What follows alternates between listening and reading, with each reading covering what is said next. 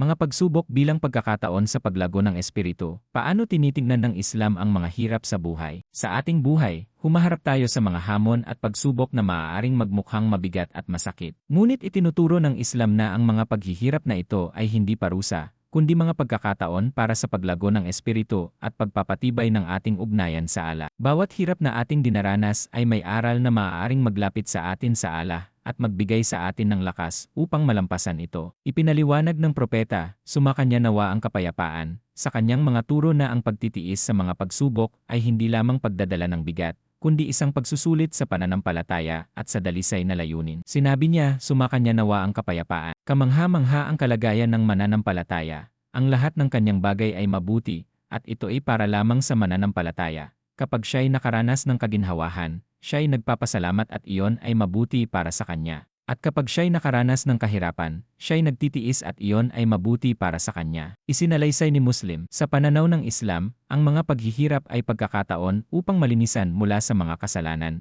at dagdag na gantimpala kung tayo'y magtataglay ng pagtitiis at pagtanggap. Binubuksan ng pagsubok ang mga pintuan ng pagsisisi at pagbabalik loob sa Allah, at itinuturo nito kung paano maging mas matatag sa pagharap sa buhay ng may karunungan at kapanatagan. Kaya tingnan natin ang bawat hamon bilang pagkakataon upang patatagin ang ating pananampalataya, at pagsikapan nating makinabang sa mga aral ng pagsubok sa ating buhay, na humihingi ng tulong sa Allah sa bawat hakbang na ating ginagawa.